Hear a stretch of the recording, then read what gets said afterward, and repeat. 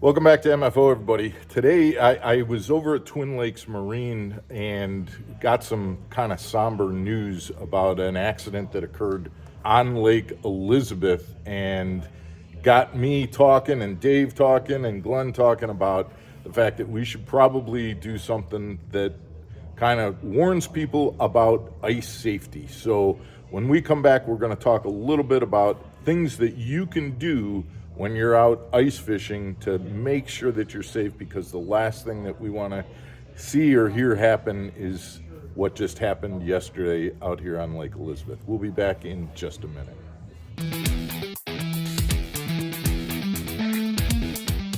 Welcome back to Mark Fisher Outdoors, everybody. I'm Mark Fisher, and I'm with Glenn Teach Jr. So Glenn, you are part of the Twin Lakes Fire Department? Yes. And you got the call, what was it, yesterday? Yesterday afternoon. Tell us a little bit about what happened, in general. We got called out for a UTV through the ice and possible 3 or 4 patients in the water. Upon arrival, we seen half a dozen people out on the lake. They had helped 2 people out of the ice, and we were under the impression there was a couple people, at least 1 if not 2, and still under the water.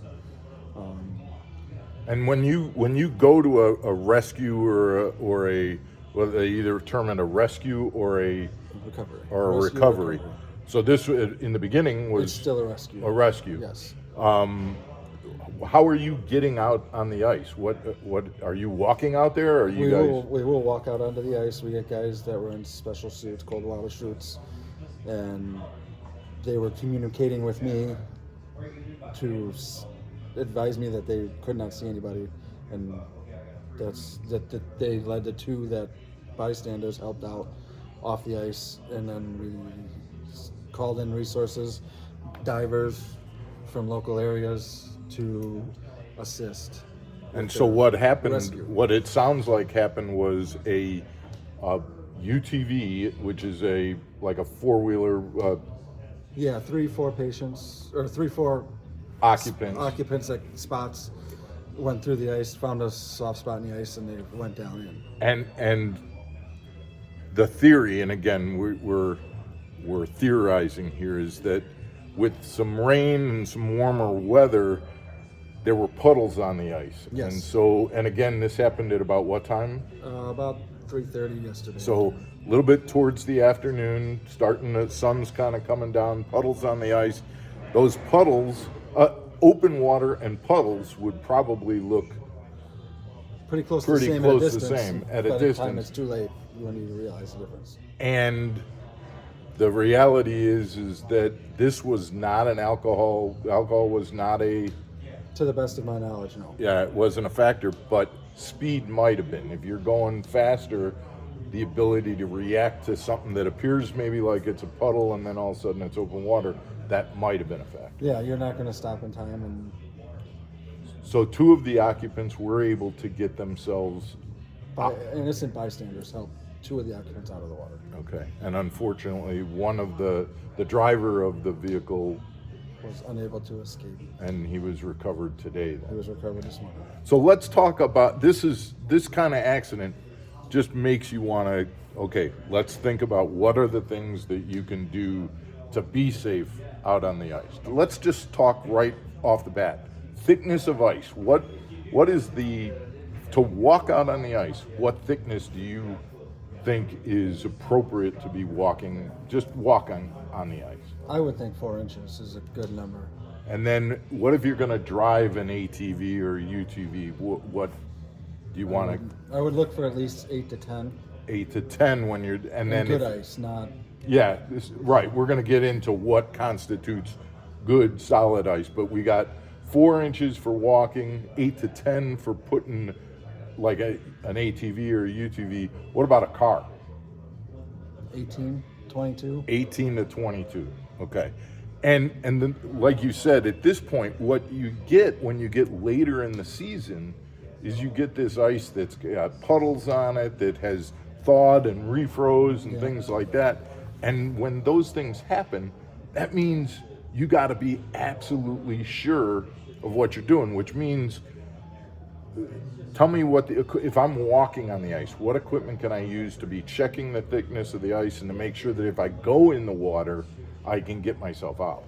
You can carry a set of like handheld spikes that could be part of your jacket or whatever the case may be. You could have yourself a 6-8 foot pole checking the ice as you go out. So the pole checks the ice, but it does something else. There's something about having a pole, and I want you to kind of walk us through that. You got a pole so you're able to check there's a puddle there. I want to make sure that there's actually ice underneath me, so you can check that. Yep. But what else does the pole do for you if you happen to go in? So you could only have a small area of bad ice where you fall in. Now the pole is 6-8 feet wide. It gives you a spot to bridge yourself on. You actually are able to put that pole, instead of that pole being vertical, put it horizontal, and now you've got something to you can be use able it to to pull hold yourself up or pull yourself up or hold yourself there until rescuers or somebody can get to you. So it keeps you above water. And again, going back to this situation that happened yesterday, 2 of the people that were in this UTV were actually helped out of the ice by bystanders Other ice fishermen, who saw this happen and came over to help them. Yes. And I think that's interesting too. When they went in, there was still a good 8 inches of ice on the edge. Yeah, right? in certain spots, the water. So still 6, 8 inches. those bystanders were able to be pretty close to the edge and help them. Yes. And what about other things that might help, ropes or things like that? I mean, it's always nice to have a rope or something floatable. Some of these nice new jackets you see behind us. Yeah, what are these? These are These actually flotation devices as well, or they're Some of them are. I don't know if these actually are, but they're for the ice fishermen. They make like it's called a float suit, where it doesn't prevent you from sinking. It helps you just stay buoyant, so you don't sink. Which is easier sometimes, but sometimes harder for the rescuers. But if you're in the open water and it keeps you afloat, if you're not conscious and breathing and stuff, the right. coat will keep you up. Well, and I think that when we start getting into things like vehicles, whether you're snowmobiling on the ice or using an ATV, at that point, especially like we were just talking about, where you're getting later in the season, and it's very important to slow that speed down so that you can be aware of any changes. You could be going across the lake, but boy, if you're going 70 miles an hour across the lake and something changes, you're not going to be able to adapt to that change. No, especially with no snow being on the ice. It's just an ice skating rink out there. Right. And again, I'm not saying that's what happened yesterday. Oh, yeah. I'm saying, from a safety standpoint, it's great you got a vehicle. It's great you got an ATV or a snowmobile or whatever, and you're moving from one fishing spot to another.